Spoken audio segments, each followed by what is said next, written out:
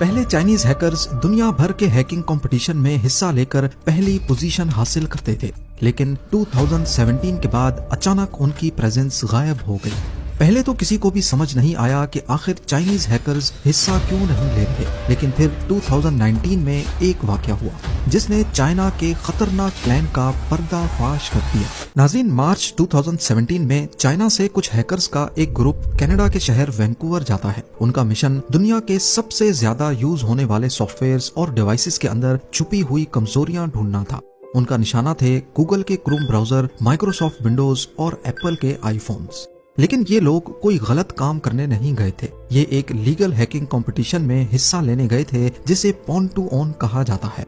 ये दुनिया का एक बहुत बड़ा हैकिंग कंपटीशन है जिसमें हैकर्स कंपनीज के सॉफ्टवेयर्स को हैक करके उसमें सिक्योरिटी फ्लॉज या लूप होल ढूंढते हैं और इसके बदले में उन्हें कैश प्राइज मिलता है।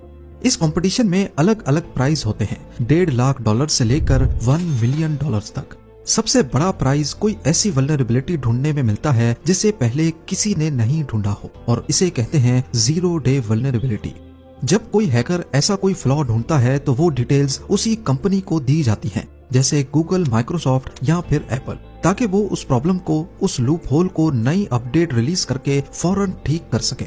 और हैकर्स को मिलता है लाखों डॉलर्स का कैश प्राइज। यानी ये एक एथिकल हैकिंग कंपटीशन होता है जिसमें हैकिंग से किसी को नुकसान नहीं बल्कि सिक्योरिटी और ज्यादा बेहतर बनाई जाती है। कई सालों तक चाइनीज हैकर्स ऐसे कंपटीशन में सबसे आगे रहते थे, चाहे वो पॉन टू ऑन हो या कोई और हैकिंग इवेंट। चाइनीज हैकर्स हमेशा बाजी ले जाते थे, पर 2017 के बाद सब कुछ अचानक बदल गया। चाइनीज हैकर्स जो दुनिया भर के हैकिंग इवेंट्स में बढ़ चढ़कर हिस्सा लेते थे, अचानक कहीं गायब हो गए। 2017 के बाद जितने भी हैकिंग इवेंट्स हुए उनमें चाइनीज हैकर्स की कमी सब ने नोटिस की। ये खामोशी सबको तंग कर रही थी, खासकर अमेरिका को। और इसी दौरान चाइना की एक बड़ी साइबर सिक्योरिटी फर्म की तरफ से एक रैंडम मैसेज ने सबके कान खड़े कर दिए। कीहू 360 चाइना की एक टॉप साइबर सिक्योरिटी फर्म है। उसके सीईओ जो होंगयी का एक बयान मंजर आम पे आया जिसमें वो इन चाइनीज हैकर्स को काफी क्रिटिसाइज करते हुए नजर आए। उनका कहना था कि वो अपनी हैकिंग स्किल्स बाहर के मुल्कों को जाकर क्यों दिखाते हैं। ये बयान उन्होंने चाइना की न्यूज एजेंसी सीना को दिया, जिसमें जो का कहना था कि ऐसे इवेंट्स में अच्छा परफॉर्म करना सिर्फ एक ख्याली जीत है, यानी सिर्फ एक दिखावा। उनका स्टांस था कि जो वल्नरेबिलिटीज आप लोग ढूंढते हो उनकी कीमत चंद लाख डॉलर्स नहीं बल्कि बिलियंस ऑफ डॉलर्स है।